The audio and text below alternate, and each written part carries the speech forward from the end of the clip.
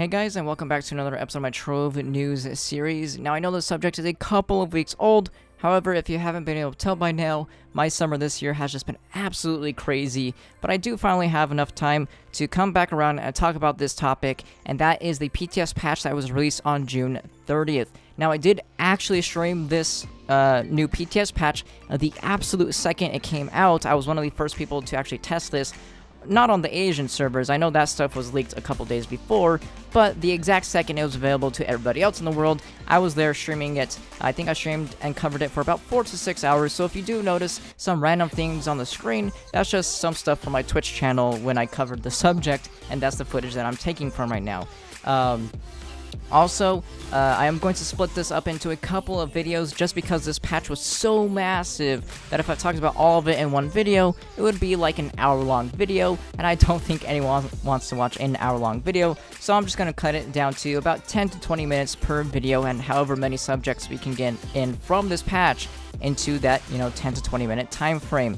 One last thing, I know this is a pretty long intro, everything is subject to change. This is PTS.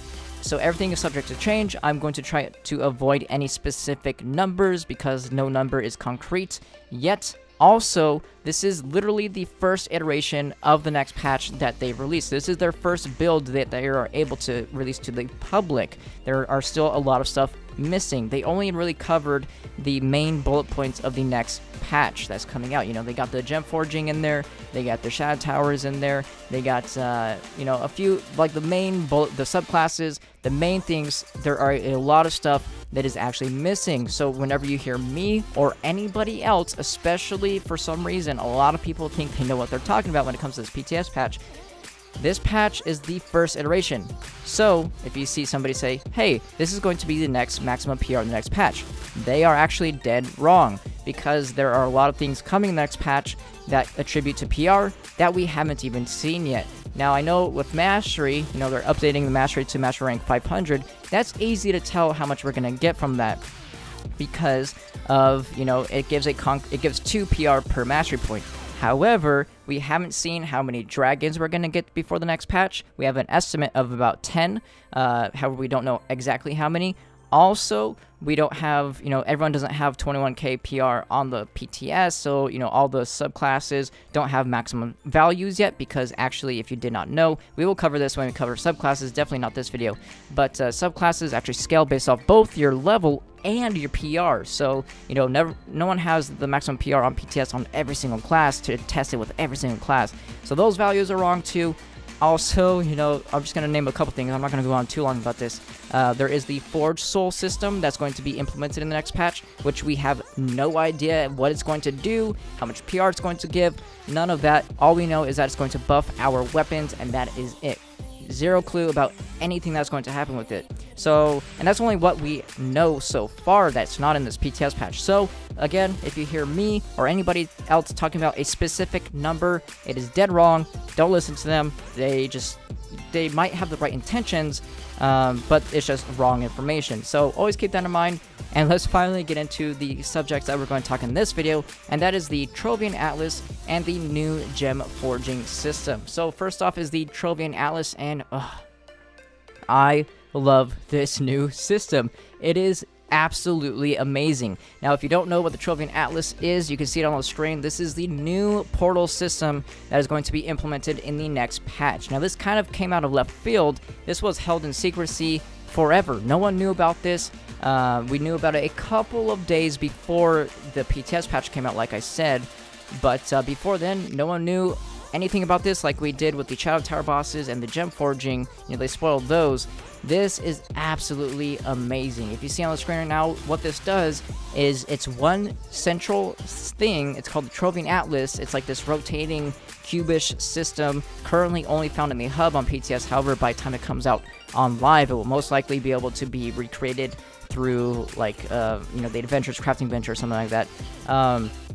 Currently, it's only available in the hub, and it's like a map layout of every portal that you can go to. I think currently they're missing the Sky Realm. I don't know if that's on purpose, or if they forgot about it, or if they just, haven't implemented it yet. But currently, that's the only thing that's missing there, is actually the Sky Realm. You could actually see, how the world's kind of laid out, and it looks absolutely amazing. It is perfect. It's one of the best map systems I've seen in any game ever, and I'm finally glad I could say something like that about Trove, you know? Usually Trove takes things from other games, and they might have done this, I just haven't seen where it came from yet or originated, but usually Trove, you know, takes a lot of ideas from different games and just implements them into Trove.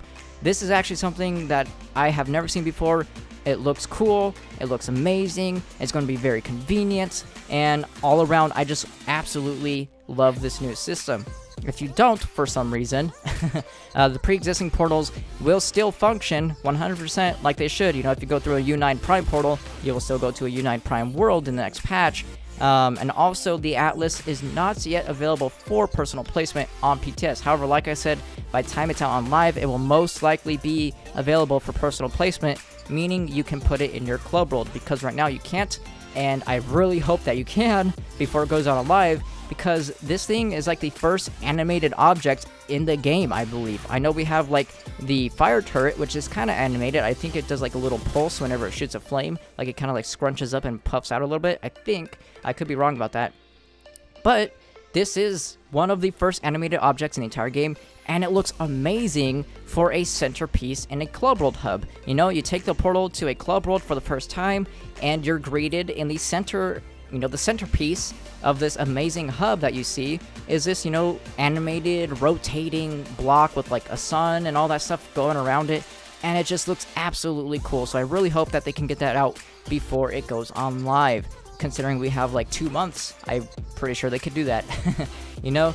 But it might be a little bit impactful on the servers. They said they would never implement any animated object ever, because if too many people built it, it would basically crash the servers. That was a long time ago that they said that. It was the meme that I created with the doors, you know, don't know how to make doors in the game.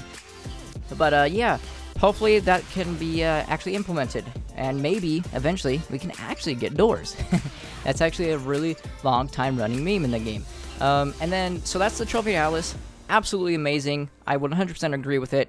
I am actually in love with it. Next thing is the gem forging table and everything to do with a gem forging. So with the new gem forging table, which you can actually craft through the Adventures Crafting Bench, are going to be a couple new items. The first one is a Bound Brilliance, which you can get from boons and events. So if you don't know what boons are yet, because they're relatively new, they are the new system that was implemented on July 1st, which is the new daily loot chest system. However, now you get a token which you can spend on boons during that month. So what this means is, save all your boons. Don't open any boons until this next patch, because you're going to be missing out on a very important item. The next item that is going to be added is the Bindings of Darkness, which are found in gem booster boxes, empowered gem boxes, and can be also rarely dropped by the mini bosses in the open world.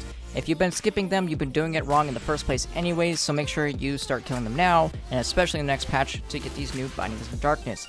This also means, like earlier, save your booster boxes, save your empowered gem boxes, basically just save everything for the next patch. Don't spend your qubits, don't spend any lunar souls, titan souls, forged souls. Like I said earlier, they're adding that new forged soul weapon buff, which we don't know how much it's going to cost, so save your S2s, all the way up to Radiant Souls. We don't know what's going to be added, so make sure you just save everything now, because it's going to be very, very, very important, and I'll explain that importance later on as well.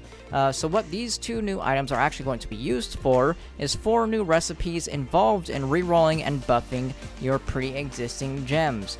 Now currently, you can reroll every single stat on any gem, including lesser and empowered gems. Now this bullet point is going to be one of the biggest subjects to change coming in the next 2 months before the next big patch, because the devs have said multiple times that they have no idea what they want to do with this system. I feel like they just threw this system in, you know, they include all lesser gems, all empowered gems, and you can reroll every single stat. You're never locked in. There is 0 limitations to rerolling gems. I feel like they did that because they want to see how the system works with absolutely 0 limitations. If you have health regen, critical hit, and physical damage on a gem, you can reroll the health regen off till you get critical damage, and then you can reroll the physical damage off, which is a completely different, you know, set of stats. You know, it's the third stat down, not the first stat, which you already rerolled. You can then go, you know, to third stat and reroll that into magic damage. You have 0 limitations, absolutely 0.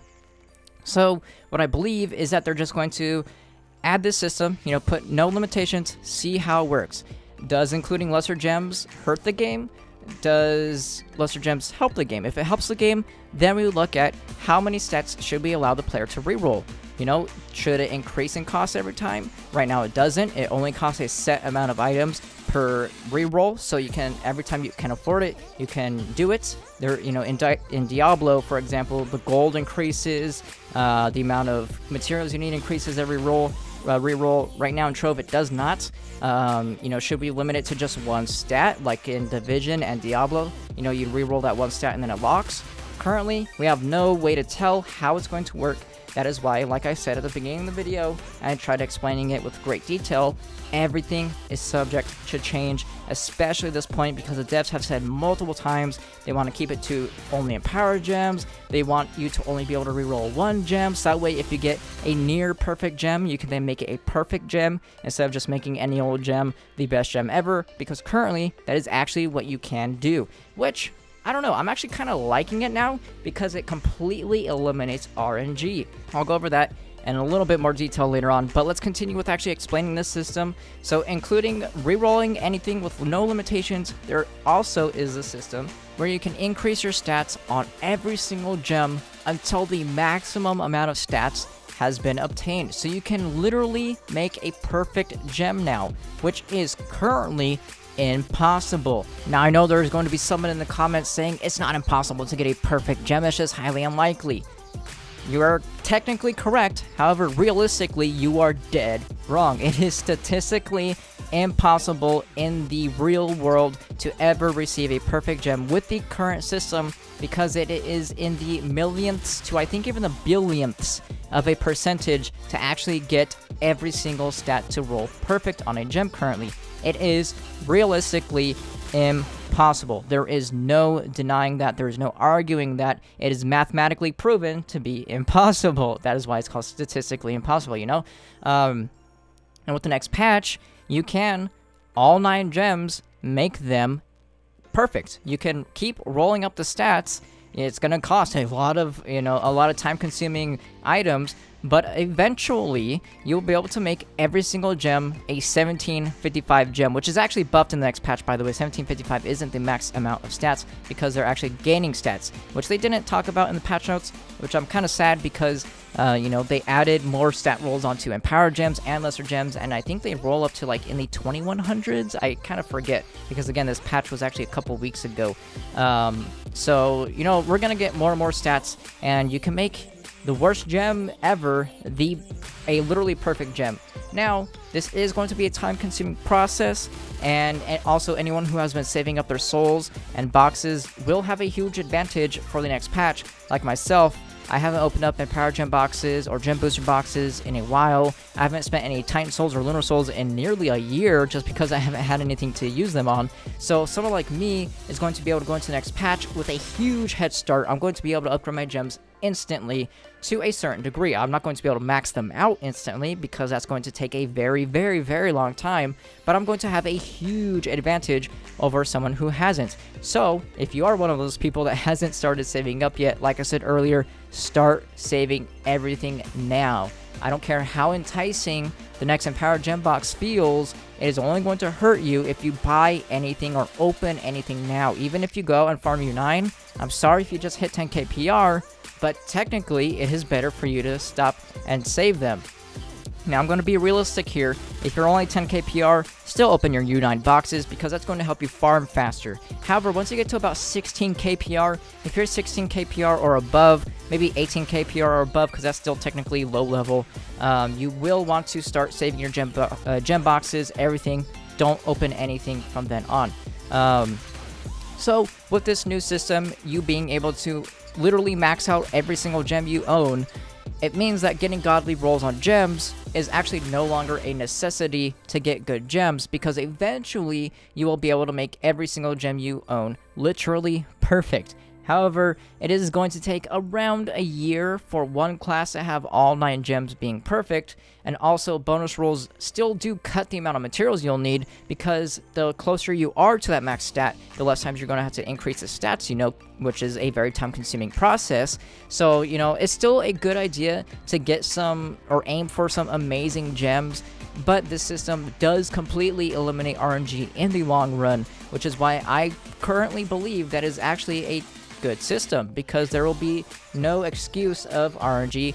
I've been farming for 1,000 hours and RNG has screwed me, which is impossible anyways, because 1,000 hours kind of eliminates RNG anyways. You can't get perfect gems, but you know, you can get amazing gems out of that amount of time. The RNG is only RNG up to a certain point. That is mathematically proven. So anyone says that is kind of just talking out their butt, you know. But you know, there won't even be that opportunity for that to happen, you know, because RNG will be completely gone. Now, this next thing that I'm going to talk about is, well, I'm going to talk about this system, but this next few minutes is going to be completely personal, completely opinionated. However, it is probably the hottest topic about this system. At least a couple weeks ago it was, when no one knew exactly how this system worked, which I hope I've done a decent job of explaining to you guys over the past couple minutes. You can reroll every stat on a gem. There's no limitation. You can reroll both lessers and empowers. They're increasing the amount of stats you can have on lessers and empowers up until, like, I think 2k, 2.2k, something like that, which is currently 1755 on lessers and 1855 on empowers. You actually can increase empower gems. If you have a max empower gem right now, you can increase it in the next patch because the stats are rising. Also, you can increase the value of every stat on your gem to maximum. So you can have literally every single gem start as a 1-star and make it a perfect gem. So that's everything. I personally, going into my opinion now, I personally have no issue with this system because it has both pros and cons that kind of just clash in the middle and make it in the middle. It is a dead center system, in my opinion.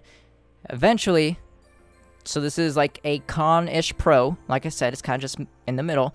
Eventually, everyone is going to have the same exact stats like we did before Mantle Power. For me, this is especially good because it helps me do tests for my guides and makes sure that I know what I'm talking about whenever I talk about stuff. Like when I say Boomeranger is the worst class in the game, I have something to back that up, which hopefully it won't be in the next patch, by the way, because I can back that up now, just there will be less of a reason to deny it, if that's a good way to put it, because right now people can make some type of excuse to say that I'm wrong, even though it's mathematically proven with just coefficients. You know, there will be less of that argument. When we were before Mantle Power, it was set in stone who was the best in order, because you could everyone was the same. You know, there was no variations, there was no discrepancies, there was no room for error. So you can just say, this is the best class, this one comes after, and I'm kind of glad that I can get back to that point, because it was less of a headache when trying to explain to people. That is kind of like a pro-ish con. So a con to this is that it's going to take a very, very long time, because the items that you use to upgrade your gems and reroll your gems are all time constricted, sort of. You can kind of farm Bindings of Darkness by killing mini bosses, and also you can farm Flux, millions of Flux at the very least, millions of Flux to buy Empower Gem boxes through Gem Booster boxes, through credits, which you can buy through credit packs, you know. So if you want to be technical, it's not time constrained, but realistically it's going to be so expensive and so time constrained that is going to take a very, very long time. Most endgame players will be able to max out their gems in about a year, I'm going to say. That's just an estimation. So honestly, so this is kind of like a jab, not really a jab, but just like a clarification to a lot of people. If you aren't already 21k PR and you haven't been saving your Lunar Souls and your boxes and all that stuff, and you probably play like a few hours a day, you will never max out a single class. I'm just being real with you right now, because I see a lot of people complaining, saying that this system is going to make everyone equal and there's going to be no fun in the game. 99% of anyone that says that will actually never even be a part of that because it's just so expensive and so time constrained, which is, you know, it's kind of like the Clash. It's a pro and a con. Everyone's going to be equal, which is kind of a con, but then the pro to that is that it's going to take a very long time, but that's a con because it's going to take a very long time, you know? So that's why I'm kind of just like, it's an okay system. I think I like this system because it leaves 0 RNG on the table. There's no excuse for RNG, but it's going to take so long that it's not going to be just boring right off the bat, you know? So that's why I personally see the system as being okay or at least mediocre, and it's just fine right now. There's nothing bad about it and nothing good about it because it kind of the bad and the good clash, you know? That's just my take on it. 99% of the player base will never even get to that point because 99% of the player base can't afford it or don't play as long as the other 1%. So it's just kind of like a system for, you know, everyone's going to take advantage of it. You know, eventually, as a person that only plays like an hour a day, you're going to be able to upgrade your stats by like 10% every week. Let's say that, you know? While someone like myself that has been saving a bunch of souls and I can farm as much as I want, you know, I can upgrade 50% per week, maybe. You know, that's just an estimation. Again, I don't want to give any numbers because it's just going to be wrong at the end of the day, most likely, because of changes. So that's just kind of like the way I want to explain it. Hopefully that made sense. And I hope that didn't sound elitist in any way. Also, by the way, internet, being realistic is not called being elitist. Just want to put that out there really quick because I get called elitist so much by just saying a fact. It's kind of weird. But let's not get into that. Let's just finish off the video because it's been taking a while now. So another thing coming with the next patch is that health regen will no longer appear on newly obtained gems, meaning if you open up a gem box, which is why I said earlier to save them, this is the exact reason why I said to save them. When you open a gem box in the next patch, health regen is off the table, which is 200 variables gone, because you could roll from 100 to 200 and then you could roll health regen, or you have to roll health regen and then 100 to 200. I just got it backwards, but you guys know what I'm saying, right?